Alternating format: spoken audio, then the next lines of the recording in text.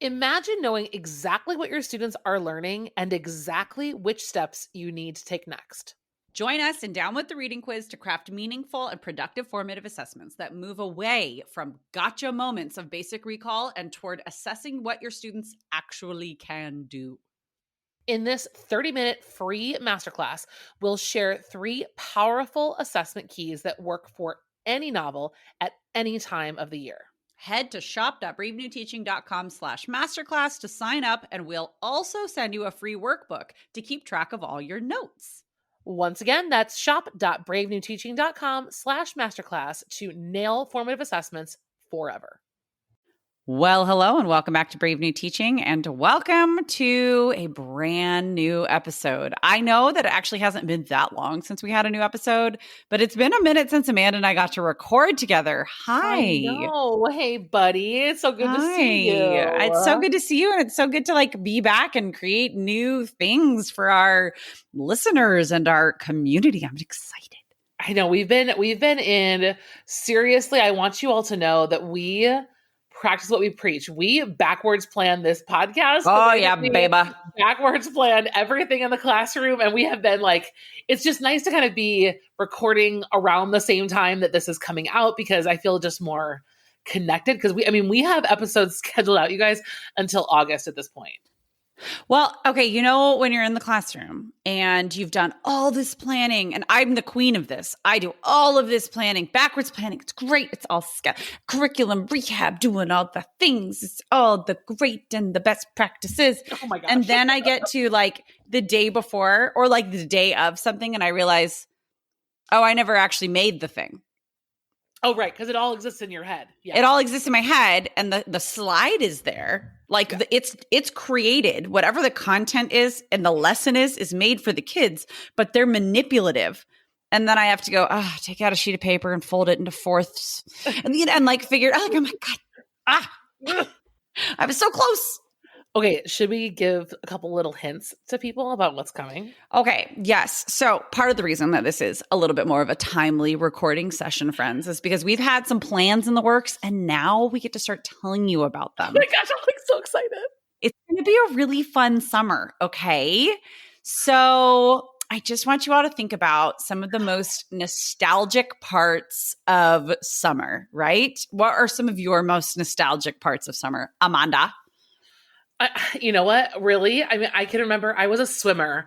So I remember going to swim meets and how excited I was to get snacks at the concession stand and line up, and just the sound of the starting buzzer. Sure. And everything. It's a very sound heavy memory for me of the swim classes. And then I was also a soccer player as I got older. So all of my summer memories are sports forward, which is the complete opposite of my life now, which is really funny. Isn't that funny?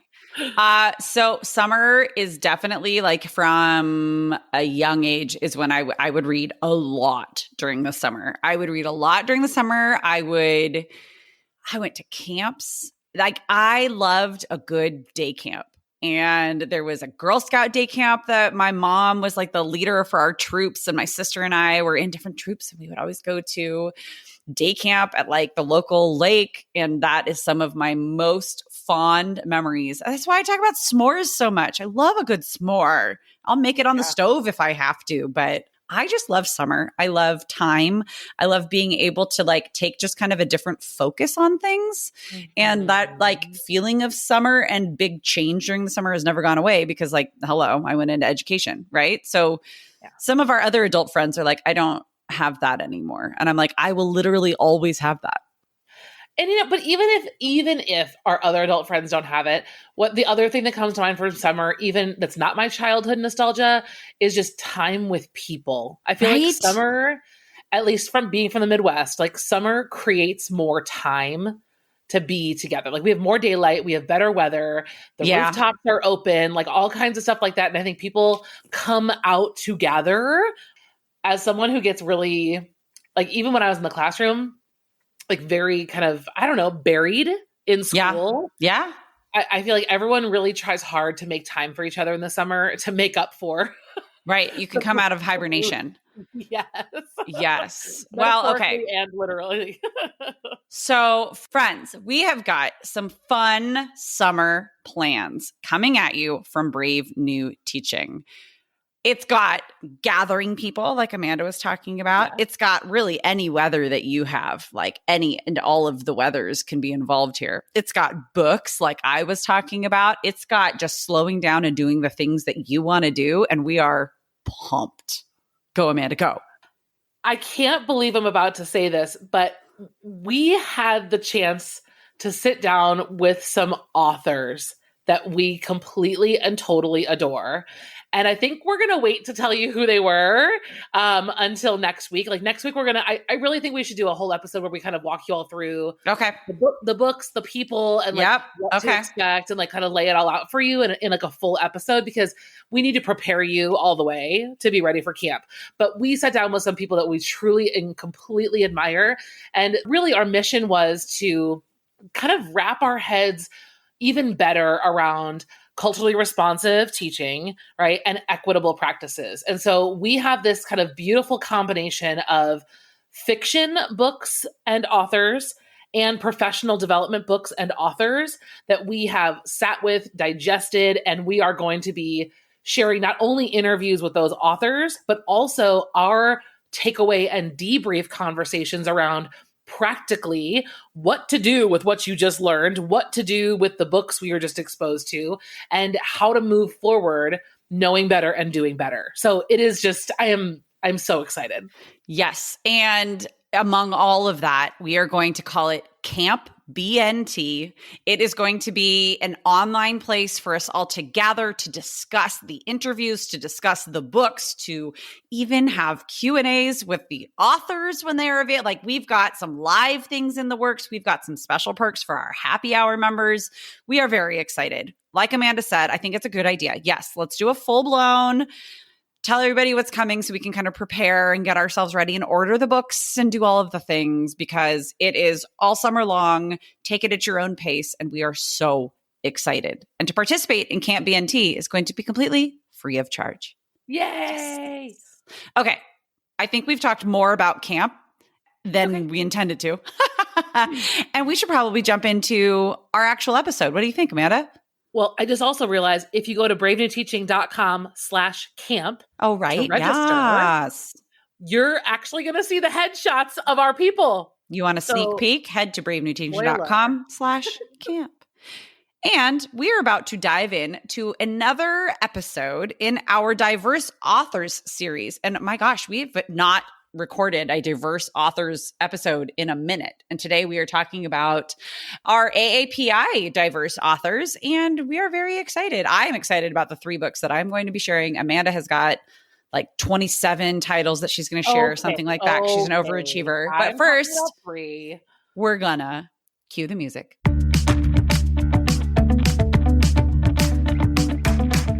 You're listening to Brave New Teaching, and we are so much more than a podcast. We give teachers the inspiration, support, and tools to challenge the status quo. I'm Amanda, and I'm a former English teacher from Illinois. And I'm Marie, and I'm a teacher from Southern California. Join us at bravenewteaching.com to find out more about our courses, festivals, and get every episode's show notes. We're so glad you're here. Enjoy the show.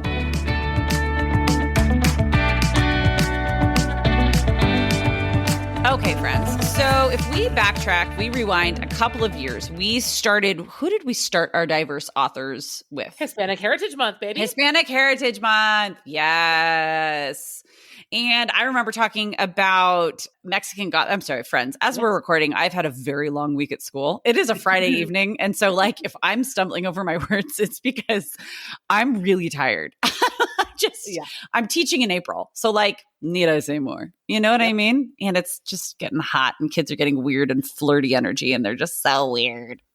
They are super weird. Anyways, so yes, I talked about Mexican Gothic. I love that book. And I talked about A Very Old Man with Enormous Wings by Marquez. You did. I mean, we talked about a few others, but it's just was like jumping into my, and then I know we did for Black History Month. We did Black authors. I did Octavia Spencer. Octavia Butler. Nope. Olivia. No. Wrong God. Octavia. Oh my God. Wrong Octavia. Yeah. I don't have the same excuse you do, but yeah. No, but you have younger children than I have, so that's still a long week. Yeah. Spencer. We talked about Kindred, and we talked about a couple Nope, you of just said terrible Spencer spoilers. again. No, I didn't. Did I really? I said Butler. Okay. Octavia, forgive me, my friend. Okay. Like sidebar, Octavia Spencer is also one of my favorite actresses of all time. Absolutely amazing. It's just like her accomplishments are just whole another time. On the others. That might be for like a happy hour episode, just dive into some of our favorite performers. Ooh. So anyways, today's episode is all about some of they are absolutely ones that I love, but these are fan favorites, like cannot keep these on my classroom shelves kinds of books. So it'll come as no surprise to anyone that I have 3 titles from the YA genre. Everyone hide your shock and awe. And Amanda? And likewise, I have 3 that I would want to use with much older kids and that are not YA. So no surprises here. How about you kick us off with one of your titles? Well, okay, so I'll kick off with the one that's probably the most predictable coming from me because I've talked about it before. And I'm really sad that I never got the chance to actually teach it. And it's Crying in H Mart. Yes. And I think I've teased this book a few times, but it cannot not be on this list. Michelle Zauner, her voice, and I think what I find so beautiful about her work is that she's like an accidental novelist, right? Right. Memoirist, yes. Right, yeah. So she's young. She's not putting on airs. She really just is writing so genuinely about her own experience. And that is so like, it's visceral in this book. And I know, and I haven't gotten to, so I don't know for sure, but I just have in my heart, like I know students who read this book are going to feel like the deepest levels of connection to what it's like to be in family, in grief, in this mixed up coming of age world. It's her coming of age story through grief. And I know that sounds heavy, but it's also paired with humor, honesty, food, love, all of those things. And if you read nothing else, read her New Yorker piece. I will link it, or I will make sure it's in the show notes. The New Yorker piece is chapter 1, basically. That's what got her discovered by her publisher, and like that was the whole way that it became the book that it is. And it's this gorgeous extended metaphor of her going shopping at an H Mart after her mom has died and not knowing what to buy to make all the things her mom used to make. And just like those mixed up feelings of what it's like to have lost someone that you had a tense relationship with. It wasn't perfect. She talks very honestly about how difficult it was to be a first generation Asian American being raised with really strict parents and not wanting to go with the flow. But then the pain of loss and the language and it's just so gorgeous. So I know I could go on for probably another 6 hours about this. Well, so I'll talk about it more. Yeah, I think we absolutely should. So just to piggyback off of that, my sophomore classes, we've just finished a choice memoir unit. And from the choice memoir unit, they had to do a research project somehow inspired by what is involved in there. So like not about the life of the person who wrote it, but something within those experiences from the memoir that they chose. So many of my students, I want to say between my 2 classes, so between about 80 kids, I had at least 7 reading Crying in H Mart. I had to order books I had to borrow from our surrounding schools.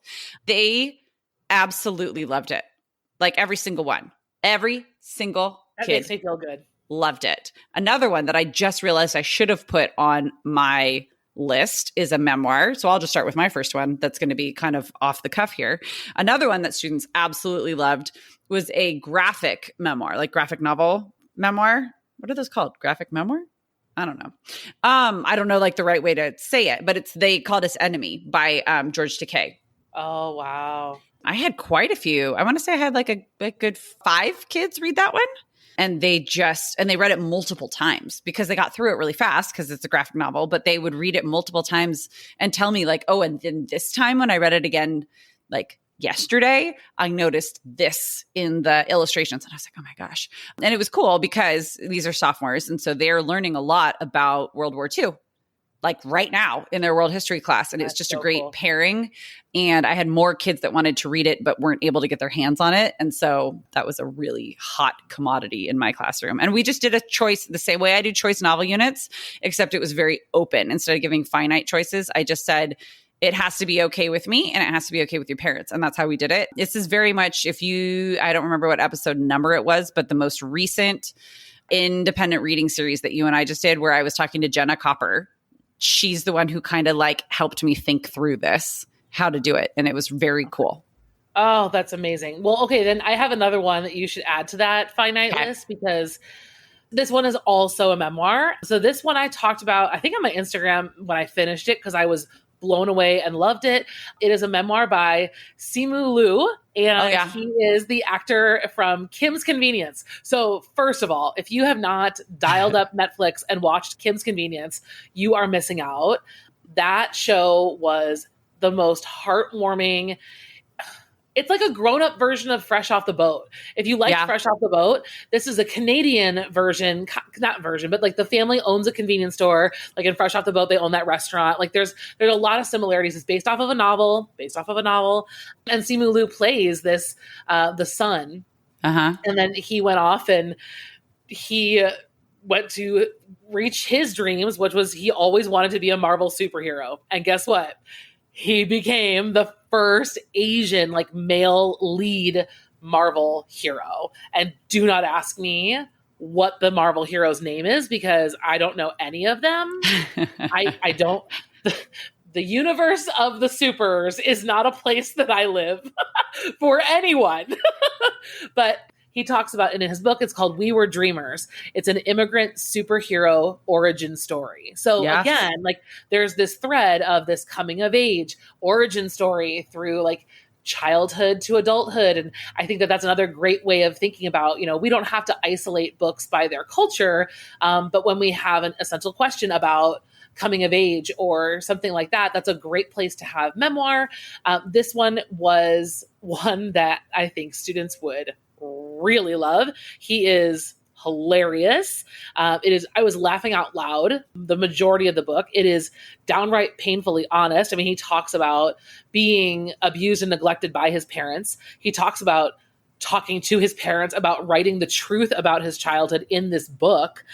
And so he was raised by his grandparents in China for the first 4 years of his life, while his parents were in the United States as professors and teachers and kind of trying to build a home for him to come into.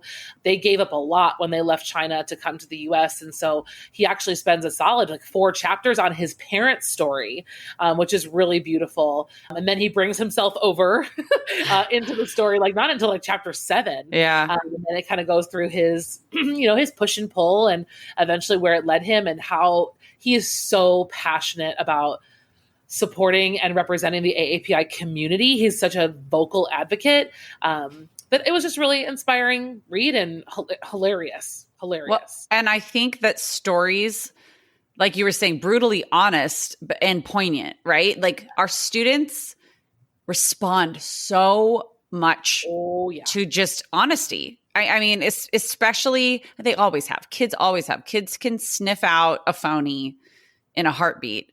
But also there is just something about our current students who have been coming of age amidst a global pandemic, who have really had their identity awakening start to begin online.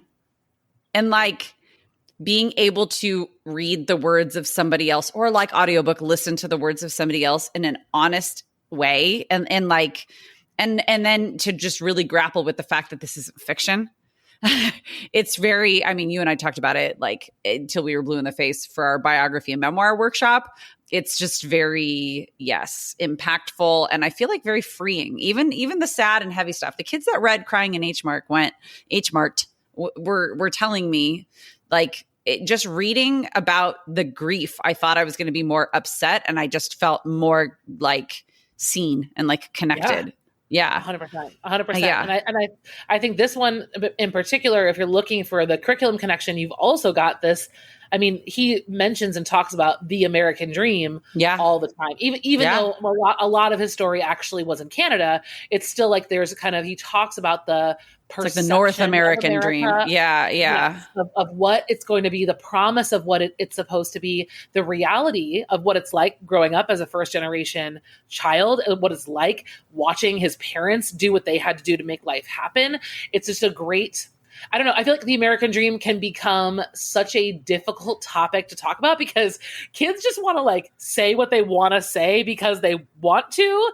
And it's nice to have an actual perspective to ground that conversation in. Like, no. This is not someone's opinion. This is someone's actual lived experience. Right. This is them telling you their story. Well, and I think that in like American literature, right? 11th grade American lit, I personally traditionally will see more around like very certain focuses of experiences, and to expand that experience into more even like contemporary immigrant stories and not just turn of the century immigrant stories, which is also where that starts to like lend itself. And okay. I'm going to share a crowd favorite that I know I have talked about on this podcast before, so I'm going to kind of gloss over a little bit, but Patron Saints of Nothing by Randy Rebay is such a good book. And I remember discovering that the author is a former ELA teacher, or maybe he's a really? current. Yeah. Wait, was he former? I know he's a teacher. Google it. Doing it in real time. Have you read Patron Saints? So I was just telling Marie before we started recording that I read quite a bit, and then it got snagged by a kid. And I never got to finish it. Yes. So I loved it. I have had lots of Filipino American students in my classroom, and like some like that still go back and forth, and we're like, "Oh my gosh, this book is real." I'm like, "Yeah. It's a real book." But they're like, "No, this is really happening," and I'm like, okay, sometimes books can do that. And they're like, whoa. Well, and also like the author, let's see, when was he? He is a current high school English teacher. Oh my gosh, we need to have him on the podcast. 100% we need to have him on the podcast. I feel like he's also, I wish I could find his age. I need to know his age. It's not happening for me.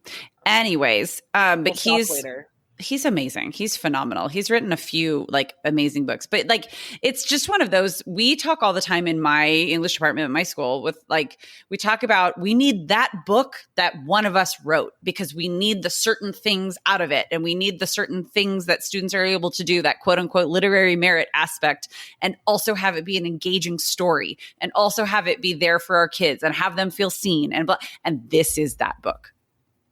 I just need it. You need to give a plot summary. You need to give the gist. Oh, I need to give the gist. Okay. Well, I'm going to read the gist because I'm at a point right now where I will butcher it. People are driving and they're saying, what the hell is it about, Marie? Okay. I'm going to read to you from Goodreads, friends, because again, Marie's in rare form right now.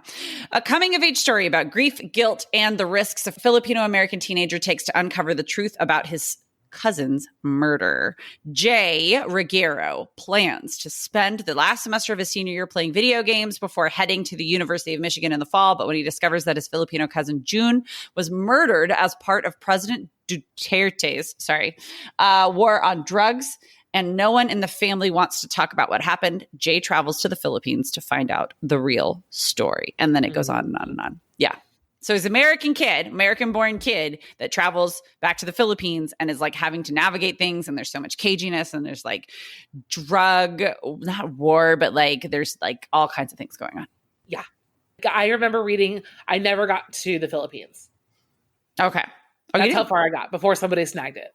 Okay. Yeah, you didn't get that far. I don't think I did. Because I mean, seriously, I remember kids snagged it. Yes. Yes. It was book talked. Our librarian book talked it. And I bet. That was it. And then it's a goner. But yeah, it's one of those that because it's written by an ELA teacher, like it's got the meat that we need. That's really not that the others don't. It's just that it's like specific, like it's there. Yes. In fact, we have not yet mentioned. So friends, we're going to have a couple of extended episodes of what we're talking about here in Happy Hour. So our Happy Hour members, we are going to be including for the month of May 2023, which is when this episode is going to be airing, we have some different resources for you that have to do with the books that we are talking about here. So like I'm going to have some different book club resources, which is where I've used patron saints many times. Amanda has got some close reads that she's going to be including. I just realized we never said that before, but like I think I'm going to include something specific to patron saints because it really is like English teacher's dream. Yeah. Okay. And I'm going to reread it. It's moving back to the top of my stack. I know. Well, and I mean, for us, it's quick. And for students, it's approachable and also has depth. Yes. It's all the things. My stack got real thick with this summer we have planned because no, it's a thing. A lot of reading. Okay, so my last one, because we did 3 each because otherwise we'd be here forever, is one that I finished very recently, and it was on my TBR. So if you listened to our episodes, and we talked about what we were going to read this year, this is one that was on the list. We Were Dreamers, I also finished recently, and I didn't know it existed. I found it kind of accidentally, but this one, Our Missing Hearts by Celeste Ng. I have wanted to read this year. It came into my Libby, and because I got a library card, this was like the whole, right? It was a big deal. No, yes. No, we congratulate. There was glitter and champagne. It was like a whole thing, you guys. Edible glitter. Yes, it was delicious. It was a disco ball. Yes. I want to go back to the classroom tomorrow to teach this book. That's how much, there's a lot of things I want to do when I go back to the classroom, because this is not over, people. I'm going to find the better school for me. But Our Missing Hearts is dystopian. I love it. And I didn't know that. Listen, I was like, we love a dystopia, especially a surprise one. Okay, so note to listeners, my friend Stephanie, I know is out there listening. Stephanie and I have talked about this on Instagram, and I'm going to have Stephanie on the podcast, and I think we're going to do like a live unit plan together. Ooh, fun! I can't even keep up with her messages right now, but all her ideas. So I'm going to pull Stephanie on the podcast because you guys actually said that. Put out a little survey a couple weeks ago. Yeah. You guys said you really like it when teachers come on and talk through their process. So I think we're going to do that maybe in the fall. Yeah, we do a whole planning series. That'll be cool. So fun. And she's I love where she's at her head. So Our Missing Hearts, I'll give you the premise. There are definitely things that I think kids may or may not like, but the premise is this. We are in the very, very near future. And there's something, and I'm going to get details wrong because I never remember them, but there's something called the Pact. I think it's called the Pact.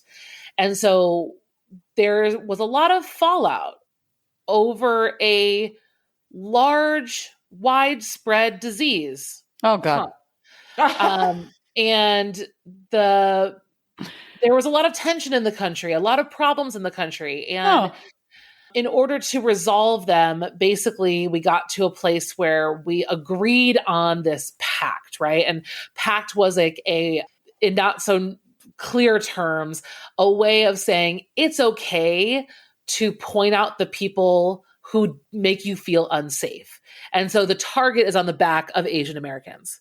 And there's a lot of conversation in this book about racial tension. There's a lot of conversation about the tension from Black Americans to Asian Americans and hate crimes. And I don't want to give away too much, but basically the first part, it's in 3 parts. Again, I love a 3-part story. Part 1 is told from a child's point of view. Part 2 is told from his mother's point of view, but they're never really in the story at the same time until maybe part 3. Womp, womp, womp. And so you're kind of getting the story, like the present, like the child is moving through the story, like in the present, right? On that timeline. And then the mother's story, that's when you finally kind of get that flashback to what this boy didn't really understand about the world around him and like why, because you also find out that he is half Asian, half white. He's living with his dad, his white dad, because it was safer. And his mom had to leave and he doesn't understand why his mom left him. And so he's like trying to wrestle with that and like forgive her. And then all the while, children are disappearing. Oh my God. Like legally disappearing. They are. Right. And then there's books and librarians. Librarians basically save the planet. The world. In this book. Well, so like normal. Any of those are like clickbaity enough for you to go. Yes. It's been in my shopping cart and I have to keep clicking save for later, save for later, save for later. But now I'm just going to like leave it. And of course I listened to it. That's just the stage of life I'm in. And I really did enjoy the audiobook. My good friend Aviva did not like it. She thought it was too slow. And I do see that that could be a sticking point for kids. But, you know, how I teach, I'd assign all of part 1, big chunk, have a big old juicy discussion. Part 2, part 3. If you move through it, like, don't take 6 weeks on this book. Take 3. And sink your teeth into the juicy chitter chatter around some of the systems of oppression, and like, oh my gosh, you'll cry at the end too. It's a jerker at the end. Well, and we love a dystopia, man. Like, it's good. It's good stuff. Well, and I loved that it wasn't like this. Don't get me wrong, I love a YA dystopia, but there wasn't this big, loud, wild revolution. It was a very like quiet, literary type of revolution. Which was a refreshing take for me as someone who reads a lot of dystopia. Right. Who's like got a lot of revolutions. It wasn't like a one child protagonist saves the entire planet kind of dystopia. Okay. Oh, I'm excited about that one. Okay. So my last little share here is actually going to be 2 titles because I'm going to give you 2 sides of a coin. Okay. These are 2 sides of a coin that they are seemingly very, very different, but the demographic for these, and these are book club choices, is always the same class. And I always tell kids it honestly just depends on what stage of life and what mood you are in when we get into these 2 books. So one is entitled, in fact, I think I've talked about both of them before on the podcast. One is entitled When Dimple Met Rishi by Sandhya Menon. Yes, I love that book. Cute. When Dimple Met Rishi, and then Parachutes by Kelly Yang. So, okay. 2 realistic fiction YA contemporary novels, right? When Dimple Met Rishi is, I mean, it's very much like When Harry Met Sally, except it's 2 Indian American kids who are both the children of immigrants who are like, oh gosh, where do they go? I think they go to San Francisco and they meet. When Dimple Met Rishi it's a romance novel. Yes, young adult romance novel. Tells the story of 18-year-old Indian American Dimple Shah, who meets a boy named Rishi Patel at a web developing camp in San Francisco. Okay. So like it hits a lot of things just square on the head. Like, okay. Yeah. And they're going and it's coding camp. And it's like all of these things that like really do exacerbate stereotypes. And it also does so in such a delightfully tongue-in-cheek and like, well, yeah, that's what I'm going to do. That's what I'm into kind of a way that it's like, yeah. And the protagonist, she's just so fun. And the male protagonist, like he's also so fun. And so it's from both of their perspectives. And so it goes back and forth. And so both of the books I'm talking about, Parachutes and When Dimple Met Rishi, are for more reluctant readers, I have found. They hook reluctant readers. They are approachable in like Lex Island reading level. When Dimple Met Rishi is just fast moving because it's funny and it's fun and it's got ups and downs and you can kind of gloss over it and get through it, but it's also perfect for my seniors because it is right where they're at. It is just ahead of where they're at, and also has amazing cultural complexity. And I talk to my students who are from like Indian American descent or like are the students, they'll pick it up and go, I was thinking to myself, am I going to cringe the whole time I read this? Like, is it? And then my one student who just read it last term was like, and I did cringe, but I cringed in the happiest way because I was like, oh, that's my mom. Like my mom's in a book. And I was like, okay, that is the point here, everybody, of like, she got to see a mirror. And then her friend that read it along with her goes, I get your mom now. Like, it's just funny. When I read it, I got very much like a young adult Mindy Project vibe. Yes. Like Mindy Project is not school appropriate. No. But like I got that same tongue in cheek where we're going to like play with our own sense of humor and our sense of culture and how that all plays out. And just reality, right? Belonging into reality. Absolutely. Yeah. Parachutes is not for the faint of heart. Parachutes, you have to give some content warnings ahead of time because Parachutes has sexual assault in it. It also has like kind of pedophilia sexual assault. There's a thing with a creepy teacher who definitely assaults a child. So that part is not particularly graphic, but there is a rape scene. So like that's something that I 100% warn ahead of time. I tell them where it happens so they have a page range for anything that can be upsetting, because it is one of those things where you go, oh, this is happening. Yeah. It is also one that is in multiple perspectives. It is in the perspective of, well, here, let me just, okay. Here's the read up on it. Speak enters the world of Gossip Girl in this modern immigrant story from the New York Times bestselling author Kelly Yang about two girls navigating wealth, power, friendship, and trauma. They're called parachutes. Teenagers dropped off to live in private homes and study in the United States while their wealthy parents remain in Asia. Claire Wong never thought she'd be one of them until her parents pluck her from privileged life in Shanghai and enroll her in a high school in California. Danny Dela Cruz, Claire's new host sister, couldn't be less thrilled that her mom rented out a room to Claire. An academic and debate team star, Danny is determined to earn her way into Yale, even if it means competing with privileged kids who are buying their way to the top. Okay, so I'm cutting us off here a little bit, but so the two of them are paired up and it goes back and forth between the two voices and their very different experiences and where their lives intersect and where they differ. And another one that just keeps kids hooked. I cannot get enough copies of Parachutes every time in my classroom.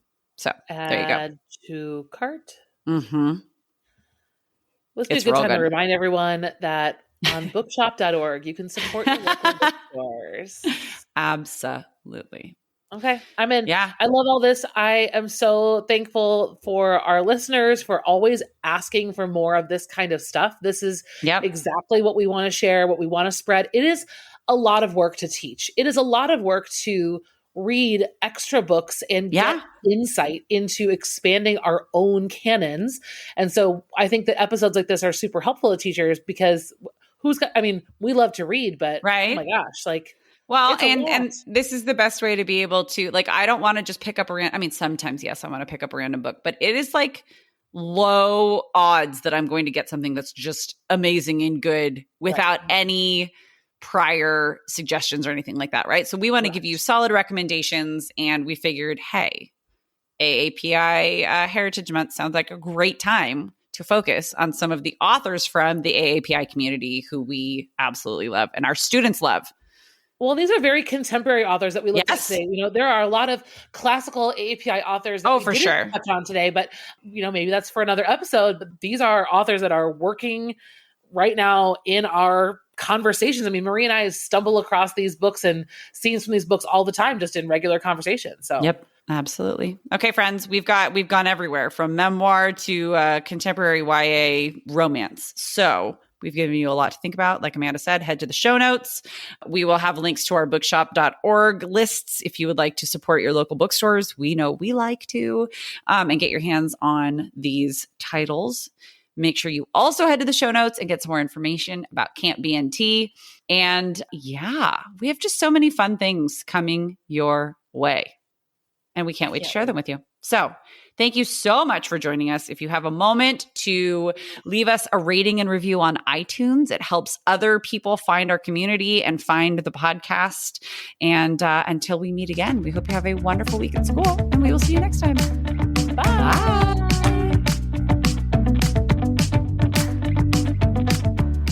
Thanks again for listening to Brave New Teaching.